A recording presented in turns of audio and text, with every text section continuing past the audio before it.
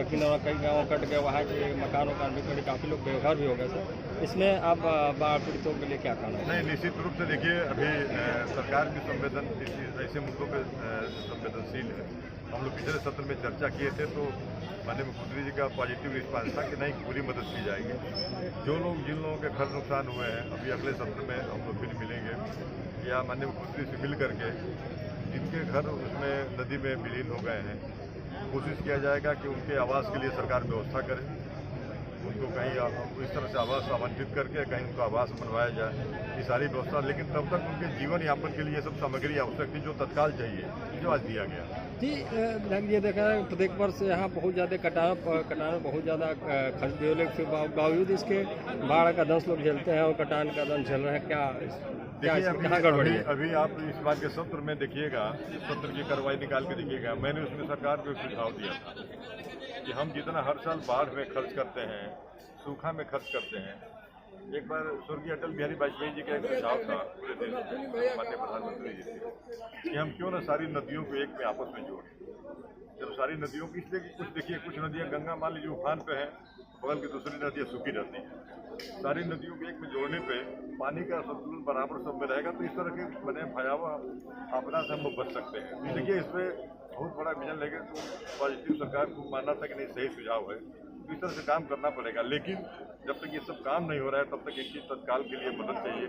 वो मदद के लिए हम सब लोग मिल करके, प्रशासन भी लगा हुआ है, मान लीजिए जो और भी लोग समाज सेवी हैं वो भी लगे हुए हैं। मैं भी, आप जानते ही हैं, हमेशा तो मैं भी पर्याप्त मात्रा में 3 ट्रक सामान भर के ले आया यहाँ, जरूरत पड़ेगी तो आगे भी लाऊंगा। सर, ये मेरा कुछ परिवार को यहाँ बुला करके सूची बनाई थी, उन लोगों को क्योंकि सारी सामग्री दे दिया गया, यहाँ से अपने हाथ से दिया गया, बाकी ट्रक में भूसा रखा हुआ है बोरा में करके, और खली का पैकेट भी मैंने वो अलग से वहाँ से ट्रक से दिया जा रहा है। शेष जो सामान है 3 ट्रक सामान लेके आए हैं, बाकी सारा सामान हम SDM साहब को हैंडओवर करके जा रहे हैं। SDM साहब अपनी टीम के साथ उस सामान को रखवा लेंगे, और जिस गांव में जो जरूरतमंद लोग होंगे, SDM साहब अपने टीम के द्वारा उसको बंटवाएंगे। ठीक है, इसलिए वो चिन्हित SDM साहब भी बेहतर कर पाएंगे, उनकी टीम कर पाएगी। तो उसलिए वो SDM साहब अपने हिसाब से जो लोग वास्तव में प्रभावित हैं, पीड़ित हैं, उनको SDM साहब की टीम अपने हाथ से उसको वितरित करेंगे। यहाँ ट्रकें छोड़ के हम जा रहे हैं, सारा सामान हम जाएंगे, भीड़ कम हो जाएगी, सारा सामान उतरवा लेंगे, उतारने वाले लोग भी रहेंगे और उतार लेंगे, और सब सामान सबको मिलेगा। कम होगा तो 2-4 ट्रक और हम भिजवाएंगे, चिंता न करें। थाली है, गिलास है, चीनी है, नमक है, गुड़ है, लाई है, ब्रेड है, चिवड़ा है, बिस्किट है, मोमबत्ती है, माचिस है, साड़ी है, गमछा है, और आपके मवेशियों के लिए भूसा और खली है। इतनी सामग्री अभी हम 55 लोगों के बीच में दिए हैं। शेष जितने बाढ़ पीड़ित हैं, उन सारे लोगों के लिए ट्रक और लाद के सामान आया है, और सारे लोगों को SDM साहब दे देंगे। एक भी बाढ़ पीड़ित निराश नहीं होगा।